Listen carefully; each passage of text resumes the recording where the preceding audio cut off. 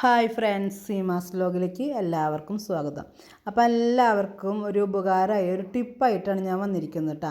എന്താണെന്ന് വെച്ചാൽ ഞങ്ങളൊരു ദിവസം പള്ളിയിലേക്ക് ടൗണിൽ പോയി വരുമ്പോൾ, തൃശ്ശൂർ ടൗണിൽ പോയി വരുമ്പോൾ ഞങ്ങളുടെ വണ്ടിയിലെ കാറിൻ്റെ ബാക്കിൽ വേറൊരു ടിപ്പർ വണ്ടി വന്നിട്ട് ഒന്ന് ഒരയും ചെയ്തു. ആ വശം ഉള്ളിലേക്ക് അമർന്ന് പോവുകയും ചെയ്തു.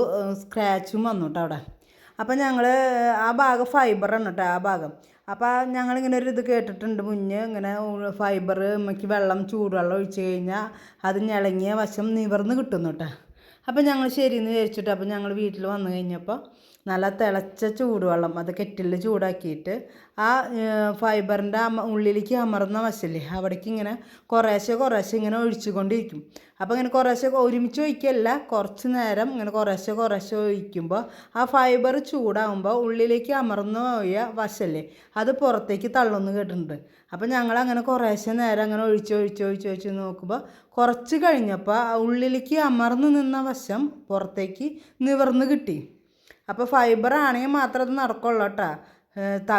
ഇരുമ്പ് തകിടൊക്കെ ആണെങ്കിൽ നടക്കില്ല. ഇപ്പോൾ കണ്ട ആ ഉള്ളിലേക്ക് അമർന്ന വശം നിവർന്ന് കിട്ടി. പിന്നെ അതുമ്പോൾ കുറച്ച് സ്ക്രാച്ച് പോലെ ഉണ്ട് കേട്ടോ.